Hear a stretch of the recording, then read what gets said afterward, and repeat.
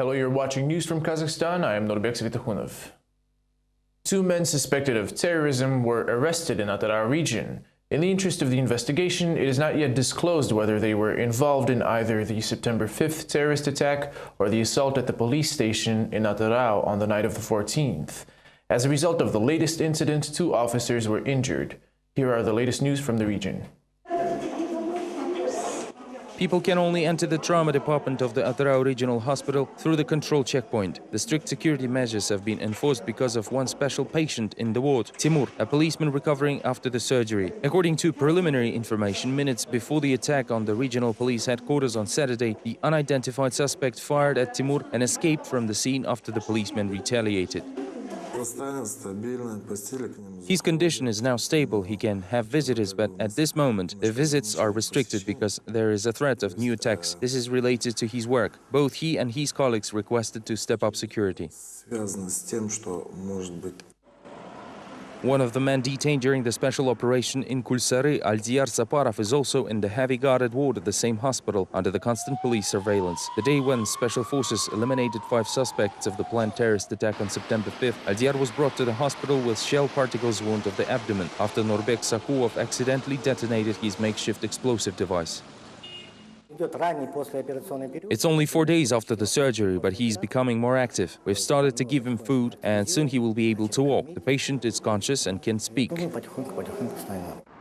3 armed attacks in 1 month is the work of extremists, say representatives of the Atara Regional Central Mosque. Imam Naib Erkebulan Karikulov believes the banned religious sect of Wahhabis should be actually called Neo-Hariji, and it is actively developing in the region for the past 5 years, despite the efforts of the traditional Islamic scholars. Naib Imam says this now become a problem of the whole country, and it must be tackled without delay.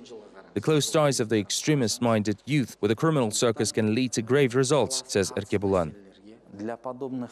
Religion is just a cover-up for people like these, and if a person has access to weapons, that means he's part way in a criminal world and obviously has contacts there. Atara law enforcers are working under increased security conditions now. They've been armed and issued flak jackets. The number of checkpoints and patrols is doubled. However, suspects in the attack of the police department and the city square haven't been found yet. A funeral procession for 3 of the 5 alleged Kulsari terrorists took place on Monday, September 17th in Atara region. The only survivor is presently under tight security in hospital. Baksulo Torbaeva rushed about the NSC department and hospital for 2 days trying to get her son's body. The woman was terrified to discover his stomach and head sliced open after doctors attempted to extract the bullet. Torbaeva's other son Bakit was arrested upon the apartment shootout. The woman is concerned that he might be made into a scapegoat. Following Bakit's detention, the police searched her apartment and confiscated wires, nails and screws as material evidence. Former Atara region governor's brother Amanjan Ruskali was stripped of his mandate after all. The decision was made by the Central Committee of Akjol Party this Saturday, September 15th, while the mandate was given to Akmala region businessman Talgat Yergaliyev, reports the party press service.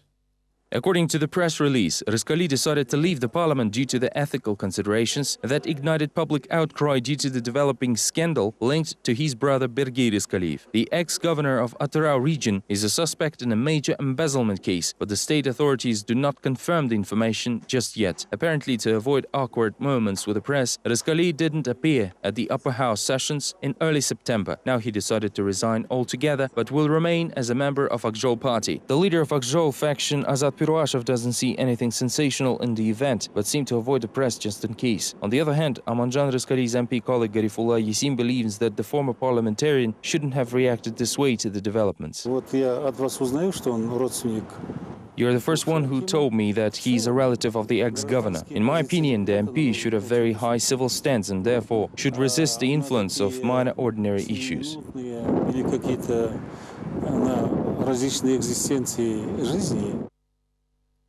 It was a hard Monday for Agriculture Minister Asaljan Mamedbekov. On the morning of his birthday, the Farmers Union of Kazakhstan released a statement criticizing the minister for taking the issue of drought-ridden grain farmers too lightly. Later at the government hour in Parliament, he was attacked by deputies en masse who called his department a feeder for corrupt officials. At the closing of the sessions, parliamentarians called for the minister's dismissal entirely. Details next. We estimate this at over 1 million hectares, perhaps even more. This is serious. Just imagine that there are people behind all these figures. The figures given by the Farmers Union chairman Awaskan Darinov differ from those in the official statistics. According to the latter, the crops area that suffered as a result of this year's drought is around 770,000 hectares. Darinov insists it's over 1 million, which can lead not only to the increased wheat prices but also the social tensions. The Ministry of Agriculture cannot tackle the situation on its own. First of all, the state of emergency should be declared. If this is done, the assistance will come from the emergency reserves of the country, from the state budget and so on. The Minister of Agriculture, Asyljan Mamutbekov, attempted to fend off the press, which blamed him for all the troubles in the countryside, the dropping meat export, the drought that led to farmers' losses and the impending shortages of bread. But the strongest accusation is the corruption in Mamutbekov's domain. 45 criminal cases have been initiated against corruption at Kazagro. This scale is unbelievable. What has been the ministry doing? What measures have you as a minister taken to minimize the embezzlement of state funds? The minister seemed initially lost under such pressure, but when he attempted to respond, his arguments only made the audience laugh. The calves that we used to slaughter before are now in high demand and are used for improved breeding. You can see this right now because they do it at night or at dawn, but soon you will see the results. During lobby talks, MP Mukhtar Tenikeyev again demanded to dismiss the minister, while the official responded to all demands through reporters. Apparently, the Farmers Union is trying to resolve their problems with insurance payoffs through the government, and the opinion of a few MPs is not representative enough. If I listened to these advices, I wouldn't be able to do anything properly. We need to assess the work of farmers first. The minister's words turned out to be prophetic, since farmers who suffered from the drought actually support him. Petr Kuzmenko from Pavlodar lost 10% of his crops this year, but he doesn't blame the authorities, especially after the state revealed plans to allocate $12 million to help the grain growers. Farmers do, however, have the problem with the insurance companies. They always come up with unacceptable solutions. As far as I'm concerned, we're insured as there is a law, and they have to pay insurance premiums, since they must abide the law. After the standoff against the press and MPs, Asyljan Mamutbekov headed for a duty trip. In the meantime, experts are left guessing whether this was the real battle for the crops or a carefully planned attack against the minister, who has been criticized a lot lately. There are talks in the capital lobbies hinting at his imminent dismissal. Perhaps due to that, the MPs who heavily criticized the official on Monday still approved additional funds for his ministry. Monday marked the introduction of a new post in the Kazakh government, official spokesman. The first to occupy this post is Yerzhan Nashikbayev, who was previously an MFA official. He spoke about his task at hand in the first briefing. The main goal of the Central Communication Agency is to enhance the information cooperation among state institutions, to give mass media and the public a fast access to official position on any given subjects. After announcing his appointment to reporters, the official government representative promised to hold weekly briefings and immediately moved to the news, although all outdated. Reporters were not allowed to pose questions and were instead advised to submit official inquiries if they had any. Kazakhstan's foreign ministry denounces the scandalous video titled "Innocence of Muslims," published and distributed across social networks. Official Astana voiced its position at the traditional MFA briefing. We condemn the video uploaded on the internet that openly insults the religious feelings of all Muslims. Provocations like this escalate violence and promote hatred among religions. They do not lead to a civilized dialogue and reinforcement of trust. Trailers for the controversial film are generating enormous negative reaction across the Muslim world. The 13 minutes uploaded to YouTube already led to mass protest actions in several countries, including Egypt, Yemen, Sudan, Tunisia, Pakistan and Bangladesh. The most violent attack on the US diplomatic mission in Benghazi, Libya, left 4 people dead, including the US ambassador Chris Stevens and 4 other staff members. Kazakh Foreign Ministry condemned the attacks and demanded to preserve diplomatic immunity principles, as well as better security for diplomatic buildings. The ministry rep said Kazakhstan has full rights to make such demands, as it is a member of the Islamic Cooperation Organization. In other news, former Zhanaozen Mayor Orak Sarbapeyev's second hearing will take place in Aktobe, announced the regional court at a press conference on Monday. The date is set at Wednesday, September 19th.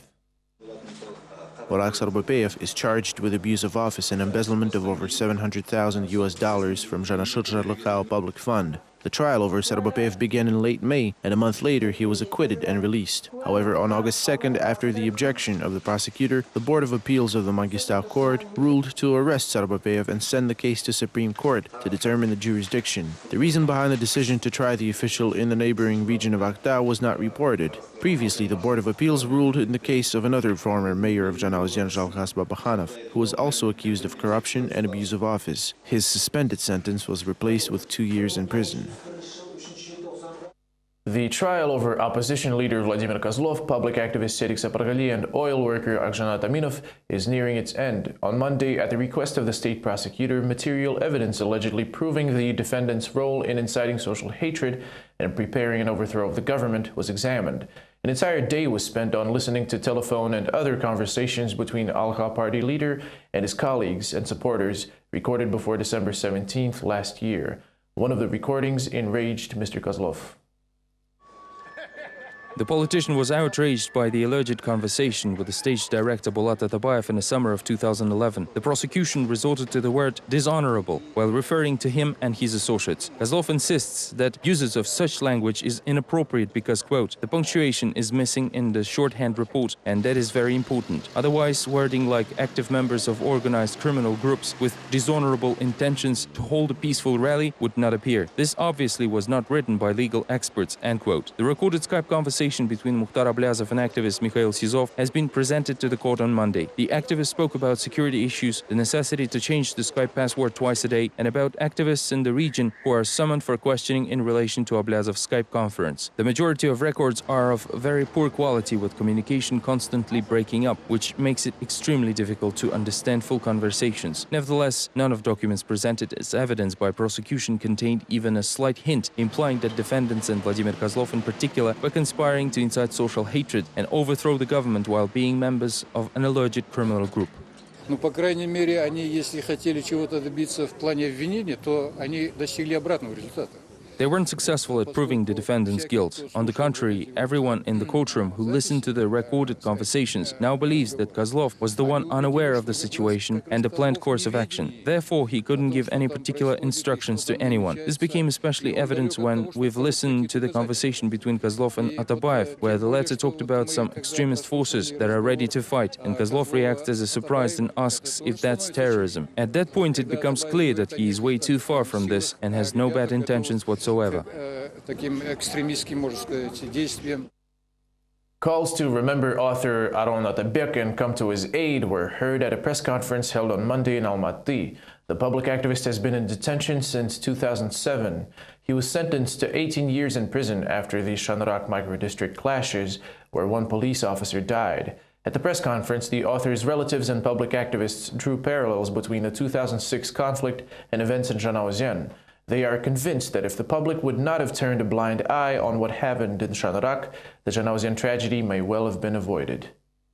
The poet and dissident Aron Atabek has written a will. This was announced by the wife and the eldest son of the political writer at the press conference on Monday in Almaty. The author of over 10 books and winner of international awards has been in custody for 6 years. In fact, according to his wife, Atabek spent 4 years in solitary confinement in the inmate discipline unit. According to poet's family, he is in fear of his life. Therefore, he is inclined to write his will in regard to his intellectual heritage and burial. He wants to be cremated according to Tengrism rites, instead of being buried in the ground. My job is to inform you that Atabek wrote his will while in prison. This does not make me happy, but I understand that everyone comes to the point where they can write a will.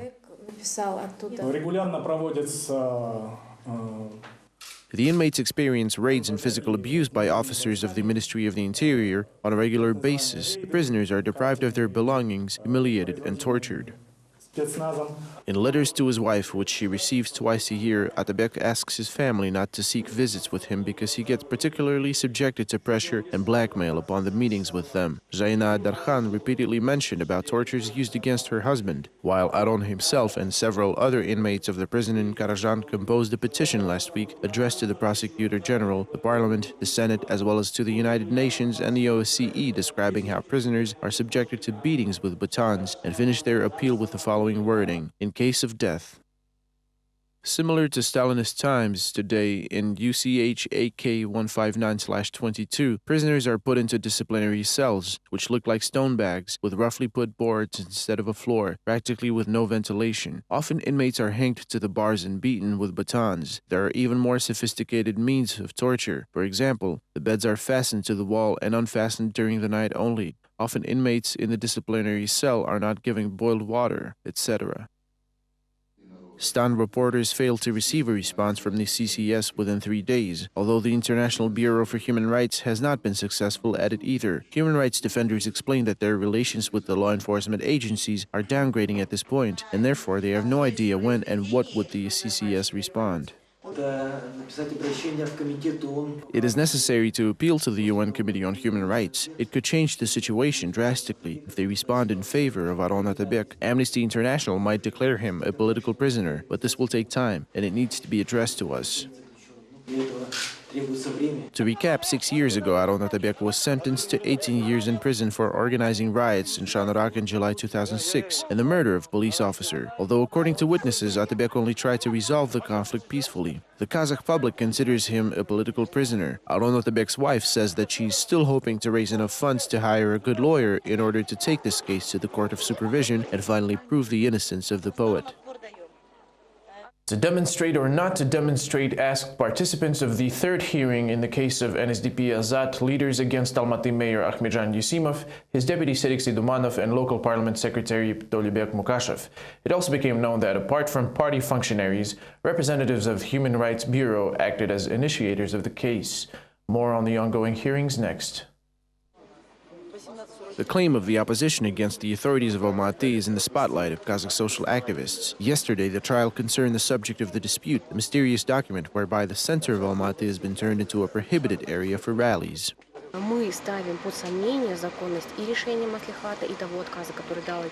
We doubt the legality of the decision of the local legislative body as well as the rejection of the city administration. As our daily practice concerns the right of citizens to hold peaceful assemblies without arms, we decided to initiate a process with our colleagues from the opposition to appeal against these documents.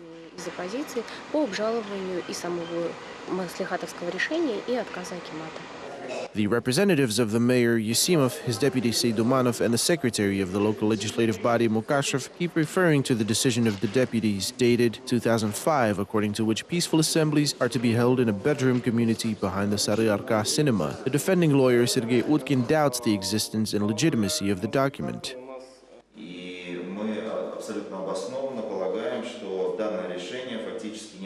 We are totally sure that the decision has not been actually confirmed by the local legislative body. In other words, deputies did not receive the draft decision in due form. All the visas and other materials were not provided 5 days before the decision was to be confirmed. This draft decision was not proposed by the mayor or another person as prescribed by the rules of the local legislative body. Thus, it was not put to the vote, and it was not determined whether a quorum of deputies was present.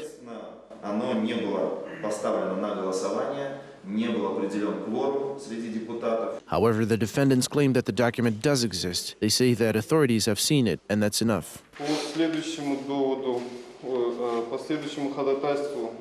We also asked to deny the following request to the local legislative body to bring evidence to the court. All legal acts are checked several times by the Public Prosecution Office and law enforcement agencies. These agencies have not put any claims against the decision. However, Judge Bigbayev also wanted to look at the scandalous document. The representative of the local legislative body was obliged to submit it next court session. Social Democrats were also allowed to enter videos of the held rallies into the case file, as well as invite experts from the Bureau of Human Rights. However, Irali Bigbayev did not dare to call the city administration to the process. Both you and the prosecutors admit that the defendant is incompetent. It is not acceptable to confuse such things as the local legislative body and its administration. Therefore, we insist that you, Mr. Judge, and the public prosecutor be removed from the case. However, the politicians' attempts to remove the judge failed. On Wednesday, the process of the leaders of the National Social Democratic Party Azat against the officials and the deputy will be reopened by Yerali Bigbayev. Social activists say that his verdict will show everyone how the constitutional rights of citizens to peaceful assemblies is interpreted by the authorities in Kazakhstan.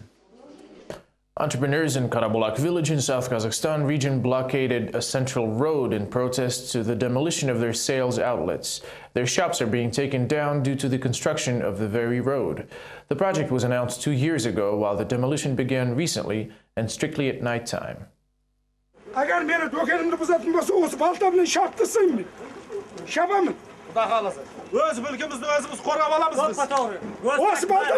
With a clever in his hand, the owner of the meat shop Artyk Khalijalidov is trying to protect his stall. According to the man, along with other entrepreneurs, he will remain here day and night. The residents of Karabulak village were forced to launch a protest due to the fear of losing their jobs. A new road that cuts through the center of the village will be laid here shortly, so the authorities decided to sacrifice these stores that stand in the way of the road construction. We're outraged. They told us to clean up the area by Saturday, but we'd still sacrifice our lives for these stores. If they won't listen to us, we will start a hunger strike and occupy the office of the village administration head. In that case, they have to cover our moral and material damages so that we can feed our families. We've sent letters to the president, but they didn't go further than Shymkent, where they've been blocked. Some stores have been demolished already and others are taken down brick by brick. The entrepreneurs are especially outraged since the demolition takes place at night. This makes people believe that officials have something to hide and the entire operation is carried out with violations.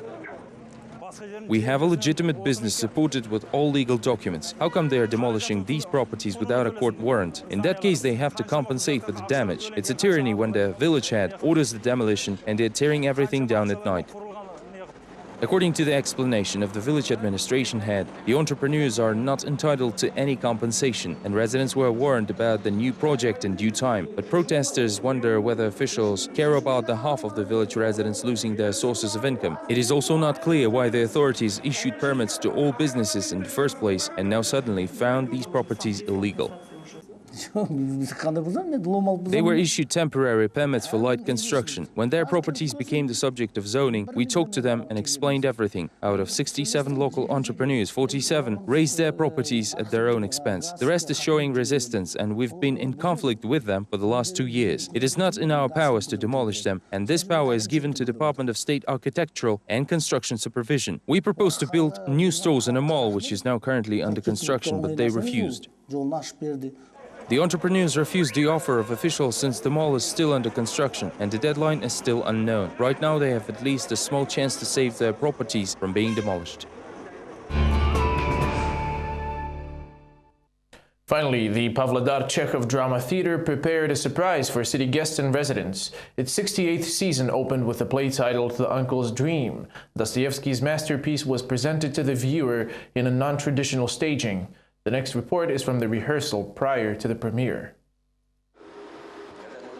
General rehearsal is the last chance to make changes in the performance. Pavlodar Theatre is staging a novel by Dostoevsky, Dyadyushkin's Son, The Uncle's Dream. Even most sophisticated theatre lovers will be impressed as the staging will be presented as a cocktail of genres. The primary one, musical comedy, will also include elements of melodrama, farce and buffoonery. If the theatre is not experimenting and looking for new approaches and new staging concepts or solutions, this theatre is dead, as all of its actors. I've often said that there is nothing more tragic for the art than yesterday's trends. If we keep living in the past bypassing modern trends, no one will go to the theatre. It is the third theatrical season for Ramil Sharipov in Chekhov Theatre. Prior to that, he had been working on Shymkent stage for many years. The actor says he doesn't regret changing theatres. He played various roles within the 2 years, and this is not the most important thing. What is really important is that not one time did he get bored in Pavlodar. It is great that we have different stage directors come and visit us. I enjoy working with them because they are all different and they all bring something special to the play. There were no tickets left on the day of theatrical season opening. Pavlodar residents had bought them a month prior to the premiere. May I have 2 tickets, please? No tickets? What is the seating capacity of the theatre house? Are there no tickets left? Theatre lovers had booked the tickets in advance. Pavlodar theatre goers say that they are hungry for art and are waiting for something special from the Chekhov Theatre. We've booked the tickets in advance. When we learned about the play, we missed the theatre a lot. We missed the theatre and we're waiting for new plays. We're looking forward to the premiere. Not only Pavlodar residents and city guests will have a chance to see a musical comedy with buffonary elements, but also the presidents of Kazakhstan and Russia. It is expected that private viewing will be organized in the theater for Nursultan Nazarbayev and Vladimir Putin prior to the opening of Trans-Regional Cooperation Forum. The organizers are certain that VIP guests will enjoy the play. Judging by the entirely full house, there are no doubts about that. This is all we have time for now. Thank you for watching. See you tomorrow.